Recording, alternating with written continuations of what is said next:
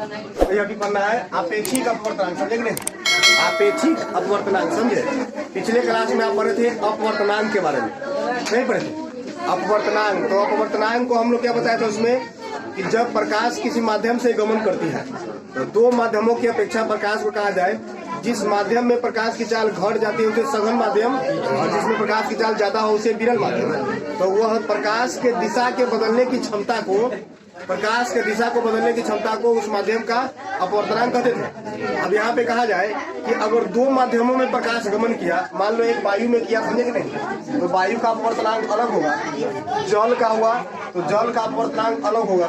दोनों माध्यम में प्रकाश गमन किया होगा तो दोनों माध्यमों के अपवर्तनांकों का एक रेशियो प्राप्त करेंगे, अनुपात मानेंगे, समझे कि नहीं, और उसको कहेंगे आपेक्षिक अपवर्तनांक। कि उस एक माध्यम के अपेक्षिक मान दूसरे माध्यम के मुकाबले, समझे कि नहीं, उसमें प्राप्त करें, समझे कि नहीं।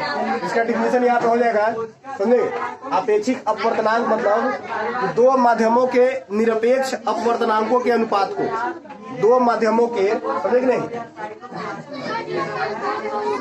दो माध्यमों के निरपेक्ष अपवर्तनांक, निरपेक्ष अपवर्तनांक,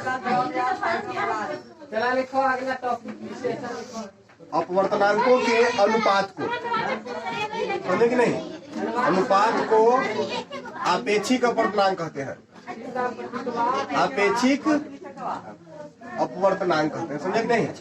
यही चीज आपका डिफिनेशन है, आपेक्षिक अपवर्तनांक कहते हैं, समझे कि नहीं। अब देखिए एक चीज आपने यहाँ पे लॉजिकली याद रखेगा, समझे। जब भी आपेक्षिक शब्द कहा जाए ना जिस माध्यम के, तो दो को माध्यम मान लिया जाए, माना कि एक माध्यम एक है, समझे कि नहीं, माध्यम N1 और N2, दो को माध्यम है, N1 और N2 है, माध्यम N1 और N2,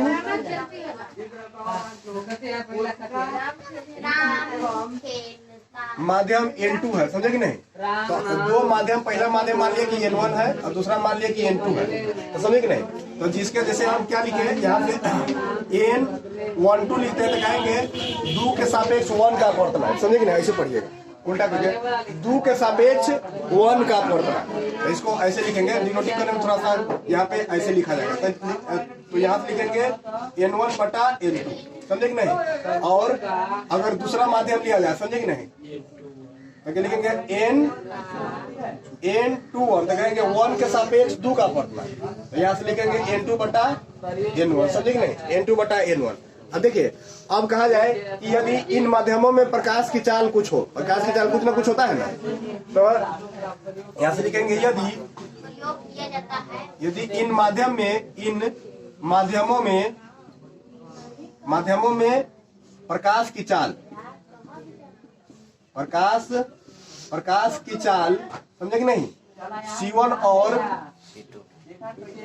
C2 हो, तो C1 और C2 हो। अब देखो, अब उसमें हम लोग अपवर्तनांक का फॉर्मूला थोड़ा सा याद करेंगे। अपवर्तनांक किसे कहते थे, समझे कि नहीं, शून्य में प्रकाश की चाल एवं उस माध्यम में प्रकाश की चाल के अनुपात को अपवर्तनांक कहते थे। तो हम कहे कि N1 माध्यम में प्रकाश की चाल कितना होगा, तो क्या लिखेंगे C बटे C1, लिखेंगे नहीं लिखेंगे, शून्य में प्रकाश की चाल एवं उस माध्यम में प्रकाश के चाल के अनुपात को अपवर्तनांक कहते थे।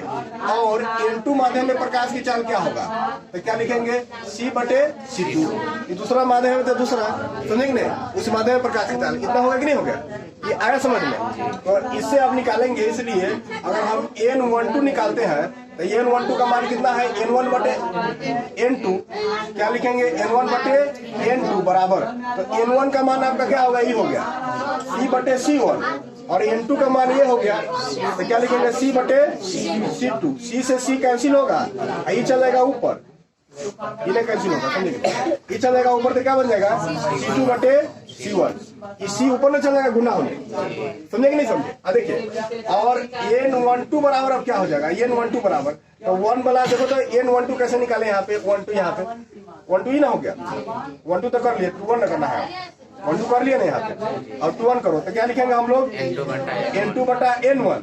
अब देखो, अब N2 में प्रकाश की चाल कितना हो जाएगा, N2 में C बटा C2, मतलब याद रह जाएगा, कोई दिक्कत नहीं है, समझेंगे ना। उसके बाद क्या लिखेंगे, N1 में प्रकाश की चाल C बटा C1, यहाँ पे C से C कैंसिल होगा, अब E C1 ऊपर चल जाएगा, C1 बटे C2, अब दो को माध्यम ले लिए, दोनों में उसका आपेक्षिक अपवर्तनांक, इसलिए अगर ये दोनों, इसको कह दिया क्या, पहला क्या निकले, इसको समीकरण फर्स्ट कर दो, इसको कह दो सेकेंड, समझे कि नहीं।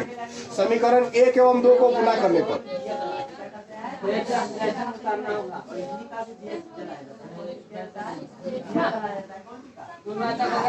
देखो समीकरण 1 एवं 2 को यदि गुना करते हैं तो यहाँ क्या हो जाएगा,